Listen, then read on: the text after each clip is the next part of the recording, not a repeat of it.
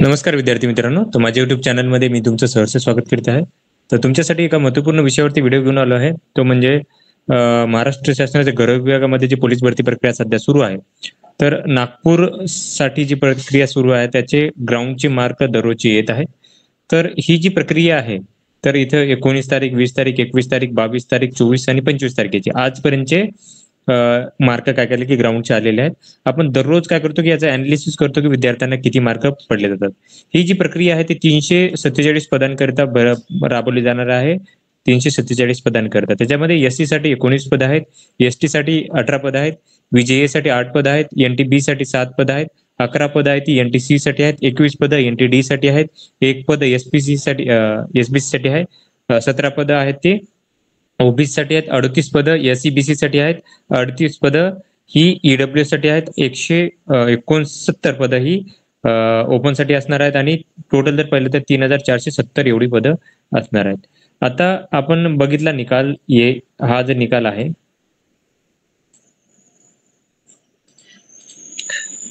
हा निकाल आहे तो याचा आहे 25 तारखेचा.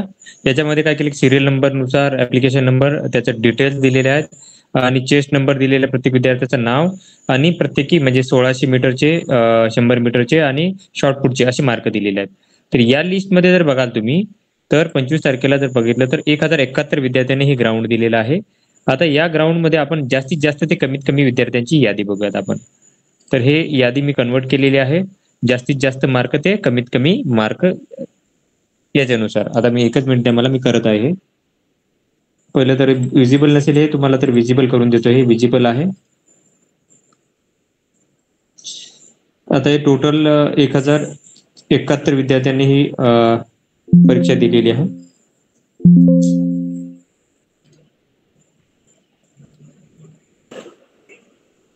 तर ही यादी आहे ज्याच्यामध्ये आपण जास्तीत जास्त मार्क ते कमीत कमी मार्क हे केलेले आहे. तर बघा 48 मार्काचा टॉपर आहे प्रणय किरनाके. त्याच्यानंतर 47 मार्काचे 3 विद्यार्थी तुम्हाला दिसून येतील. 46 मार्काचे 1, 45 मार्कांचे जर बघितले तर तुम्हाला 1 2 45 मार्काचे तुम्हाला जास्त विद्यार्थी येथून इथं तर टोटल 12 विद्यार्थी आहेत. त्याच्यानंतर 44 मार्काचे 4 विद्यार्थी आहेत. त्याच्यानंतर 43 मार्कांचे जर पाहिलं तुम्ही तर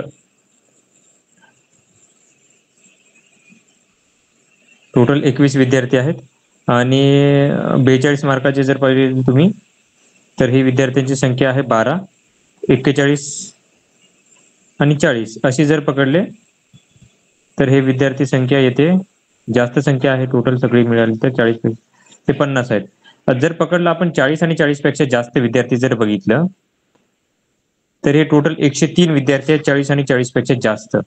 म्हणजे तुम्ही 1000 विद्यार्थी आहेत त्याच्यापैकी 10% जरी पकडले तुम्ही तर एवढे विद्यार्थी जे आहेत ते आहेत 40 आणि 40 पेक्षा जास्त आहेत. तुम्ही बघू शकता इथे. आणि 30 आणि 30च्या 39 ते 30 मध्ये जर बघितलं आपण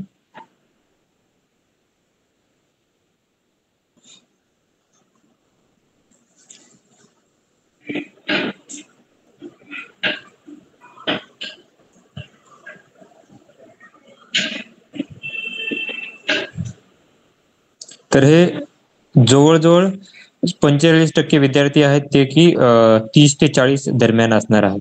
तो कट ऑफ जो नॉर्मली असतो तो इथेच तुमचा होणार आहे. जर तुम्हाला जर हे रिझर्वेशन असेल, समांतर आरक्षण असेल तर तुमचा कट ऑफ 30च्या थोडासा खाली येऊ शकतो. त्याच्या खाली 30च्या खाली तर बाकीच्या जनरल केसमध्ये तर त्याच्या खाली येणं थोडंसं अवघडच दिसत आहे 30च्या खाली.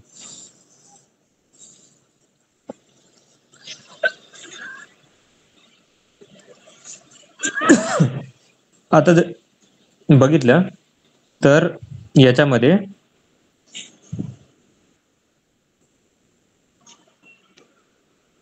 टोटल 369 विद्यार्थी जे आहेत ते विद्यार्थी काय केले आहेत की डिस्क्वालिफाईड झालेले आहेत. लेखीसाठी डिस्क्वालिफाईड झाले ज्याला 25 पेक्षा कमी मार्क आहेत. तर 40 पेक्षा जास्त विद्यार्थ्यांना खूप मार्क आहेत. तो ऑलमोस्ट जर बघितली आपण ही यादी पहिली होती तर त्याच्यानुसार 40 आणि 40 पेक्षा जास्त जर पाहिलं तर हे 103 विद्यार्थी होते ज्यांना 40 आणि 40 पेक्षा जास्त मार्क होते.